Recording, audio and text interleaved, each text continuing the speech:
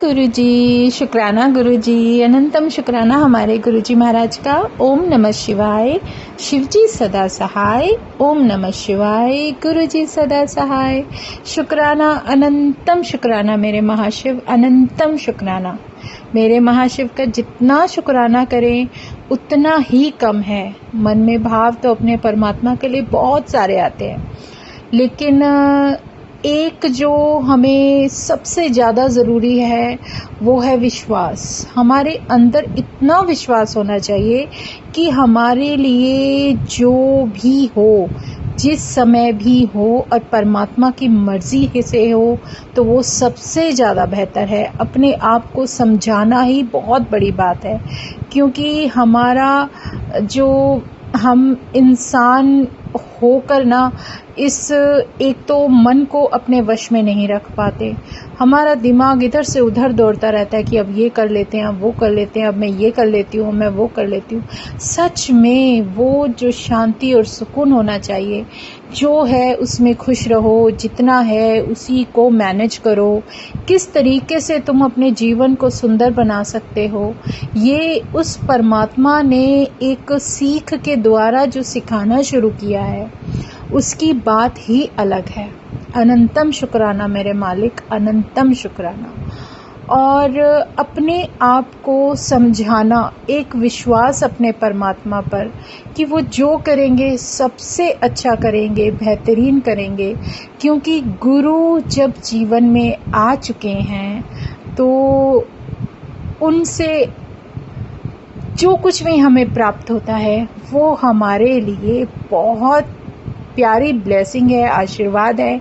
और जिसने हमारे जीवन को सुधारा है, जीवन को बनाया है और उस जीवन को जीने के लिए जो रास्ता दिखाया है वो सबसे बेहतरीन है। गुरु कब क्या कर दे कोई नहीं समझ सकता, और उसमें हमारी किस्मत इतनी प्यारी कि हमारे जीवन में जिन गुरु का आगमन हुआ है वो हमारा महाशिव, हमारा पूर्ण गुरु के रूप में, इतने प्यारे रूप में जो हमारे जीवन में एक अंधेरे को हटाते हुए प्रकाश के रूप में आए हैं। उनका जितना शुक्राना करें उतना कम है, क्योंकि इंसान हमेशा भटकता रहता है, कभी इस तरफ, कभी उस दरवाजे, कभी इस दरवाजे। और सच में ये बहुत बड़ी ब्लेसिंग है कि आपको आपके जीवन में अगर गुरु रूप में भगवान मिल जाए और वो भी आपका ही कोई अच्छा कर्मा है, जब वो आपके जीवन में अपना दर्शन देते हैं और इस तरीके से जीवन में दर्शन देते हुए, सबको समझाते हुए हमारी जर्नी को आगे बढ़ाना, हमें कहाँ जाना है, क्या कर रहे हैं, क्या करना चाहिए, सब कुछ बताते हुए कितने मतलब अनुभव के साथ, जो शायद हमें कभी किसी बुक में पढ़ने को नहीं मिला होगा। हम चाहे जितने मर्जी कोर्सेज कर ले, जितनी मर्जी डिग्रियां हासिल कर लें, कभी हमें पता नहीं चलता, इसका अनुभव ही नहीं होता। और जो महाराज को करना होता है ना, होता वही है। जितनी मर्जी कोशिश कर लो, जो मर्जी सोच लो, जो मर्जी प्लानिंग कर लो, लेकिन गुरुजी महाराज को तो जो करना है वो करना है। उनको पता है कि मेरे लिए क्या सही है और क्या नहीं, क्या मैं कर सकती हूँ और क्या नहीं। सच में कई बार हम किसी कार्य को लेकर कि मुझे ये कार्य करना है, सच में बहुत बार ऐसा होता है, लेकिन गुरु चाहते हैं कि वो कार्य तुम स्वयं करो, तो वो भी हमारा टेस्ट होता है। सच में समझ नहीं होती, लेकिन शायद वो अनुभव के लिए, उस समझ के लिए, या कुछ वो बताना चाहते हैं, उसी तरीके से अगर तुम करना शुरू कर देते हो तो वो सबसे बेहतरीन रास्ता होता है।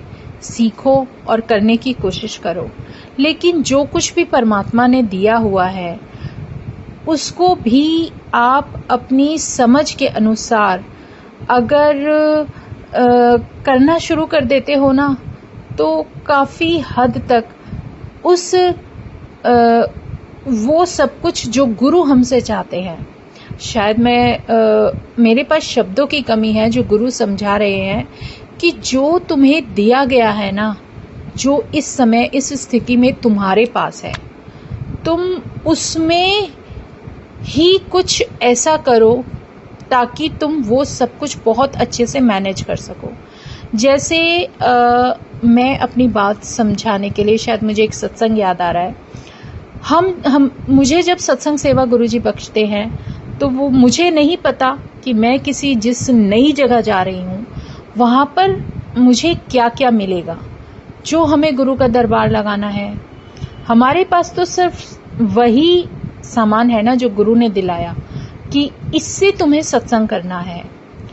और जब ये सब करना है तो गुरु हमें ये नहीं, मतलब गुरु ने तो हमें एक हुक्म दिया कि वहाँ तुम्हें करना है।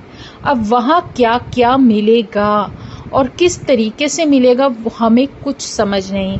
हमें ये भी नहीं पता कि जिस जगह हम जा रहे हैं वो जगह कितनी बड़ी होगी, वो जगह कितनी छोटी होगी, या वहाँ पर हम दरबार कैसे लगाएंगे। ये बहुत बड़ी बात है, क्योंकि जब हमें गुरु कहीं भेजते हैं ना, तो उन्होंने तो हमारे लिए सारी व्यवस्था कर दी होती है। जैसे मैं एक सत्संग में गई, मुझे वहाँ गुरु ने भेजा, सेवा दी। मुझे नहीं पता वो रूम कितना बड़ा होगा, मुझे नहीं पता कि वहाँ पर मैं दरबार लगाऊंगी तो किस तरीके से लगाऊंगी और कैसे लगाऊंगी। ये सब गुरु ने निर्धारित कर दिया होता है, हमारी समझ में कुछ भी नहीं होता। तो जैसे मैं गई, हमारे जितने सेवादार हैं सारे इकट्ठे होकर गए। अब हम लोग वहाँ पर सत्संग की व्यवस्था कर रहे हैं, दरबार लगा रहे हैं। तो उस दरबार में अगर हमें गुरुजी की गद्दी लगानी है, साइड में हमें गुरुजी के दरबार के लिए जो भी व्यवस्था करनी है, आप यकीन मानोगे अगर हमें टेबल की ज़रूरत है ना, तो हमारे दिमाग में हम अपनी सोच के हिसाब से बोलेंगे, जी आंटी इतना बड़ा कोई टेबल होगा या इतना बड़ा कुछ है जो हम यहाँ पर दरबार के अंदर इस्तेमाल कर ले, लेकिन अच्छी हो, साफ सुथरी हो। ऐसे हमारे वाक्य होते हैं। लेकिन जब वो अंदर से वो कहती है, नहीं आंटी ऐसा तो कुछ नहीं है, लेकिन हाँ वो है जो आप यहाँ पर रख सकते हो, और वो कितना बड़े साइज में आएगी, कितने छोटे साइज में आएगी, और वो साइज भी वही एक्यूरेट निकलता है जो दरबार में उस रूम के हिसाब से होता है या उस संगत के पास अवेलेबल होता है। बहुत बड़ी बात है मेरे महाराज की, ये बहुत बड़ी लीला है कि जब दरबार लगाते हैं तो दरबार लगाते समय जिस चीज़ की ज़रूरत होगी ना, वो सब आपको मिलता चला जाएगा। उसको आप कैसे मैनेज करोगे, वो आपकी अपनी समझ से लगाया हुआ दरबार होगा। चीज़ की कमी किसी भी कभी भी गुरु नहीं होने देते, चाहे वो गुरु की गद्दी के लिए हमें इस्तेमाल करनी है, चाहे गुरु के दरबार में जो जो भी इस्तेमाल हम करते हैं वो सब कुछ, और जो भी वो बख्श देते हैं वो बहुत बड़ी बात है। मेहर है उस परमात्मा की, उसने इतनी समझ दी, इतनी अकल दी, या हमारे उस जो कहते हैं ना, जो चलता है कि ये सब कुछ जो कुछ भी हमें करना है, यहाँ तक कि अगर गुरु के दरबार में हमें एक चीज़ हम भूल गए ना, कि हमने शिव परिवार बिठा दिया है, नानक जी बिठा दिए हैं, या हमने कभी सोचा था कि गुरुजी आपकी अब की बार गद्दी लगेगी तो हम ये ज़रूर करेंगे, तो हम भूल सकते हैं, लेकिन गुरु नहीं भूल सकते। उन्हें पता है कि इसने क्या सोचा था और वो चीज़ वो वहाँ पूरी करा देंगे। तो बहुत बड़ी मेहर है मेरे परमात्मा की। जब वो देने पर आते हैं ना, जब वो देते हैं तो वो ये नहीं बताते कि देख ये सब मैं कर रहा हूँ और तुम लोग तो सिर्फ एक जरिया हो ये सब करने का। लेकिन जो कुछ भी होता है ना, उसमें सिर्फ एक मेन तथ्य होता है कि हमें गुरु ने जरिया बनाया किसी के जीवन में खुशियां लाने का। तो कितनी बड़ी ब्लेसिंग हुई, क्योंकि अगर हमें ये सेवा दी, उस संगत के घर में सेवा दी, जिस संगत के घर में शायद उसने पता नहीं कब से सोचा था कि मुझे ये कराना है।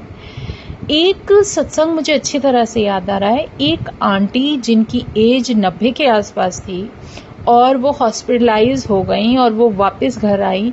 उन्होंने शुक्राने के नाम पे गुरु का सत्संग सोचा हुआ था और यहाँ तक कि इवन कि उन्होंने जब वहाँ पता चला कि उन्होंने गुरु जी के नाम की एक गुल्लक बना रखी थी, उसमें वो पैसे जमा करते थे, जो भी पैसे उन्होंने उसमें से निकाले वो सब वहाँ सत्संग में उन्होंने यूज़ किए।